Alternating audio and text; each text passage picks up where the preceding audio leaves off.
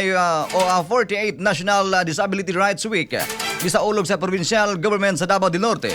Alang sa kumpleto detalye, katropang Bong Algabre.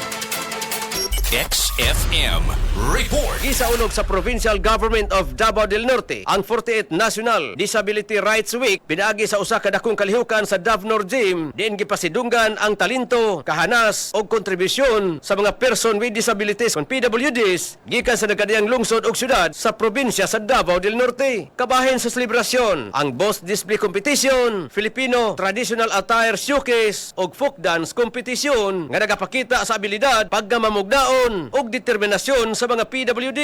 Gipahigayon usab ang turnover sa mga wheelchair ngadto sa nagkadiyang lokal nga panggamhanan aron mapalig-on pa ang suporta ug serbisyo alang sa sektor. Sa mensahe gikan ni Gobernador Edwin Cuyagob Hubahib nga gibasa ni Rizal Alba, iyang gipasiugda nga ang kasaulugan dili lamang usa ka selebrasyon kundi usa ka pahinumdom sa pagpadalipod sa katungod ug paghatag og patas nga kahigiwnan sa tanang PWD. Samtang giingon usab ni Vice Governor Clarice Hubahib nga ang maong kalihukan nagpadala og lig-on nga mensahe nga ang matag Davao bisan unsa pa ang kahimtang sa kinabuhi adunay katungod nga madungog, mailhan ug mahatagan og patas nga oportunidad. Katropa, gipamaulan ka ba? Ayaw ka balaka, sulbaron ka na pinaagi sa paghapla sa Santon Plus Herbal Oil. Alang sa negosong Pilipino para sa Pilipinas, katropang Bong Umaki Algabre, XFM News. Santon Gold Herbal Tea with malunggay, turmeric, and cinnamon bark. Mapalit sa mga butika nationwide.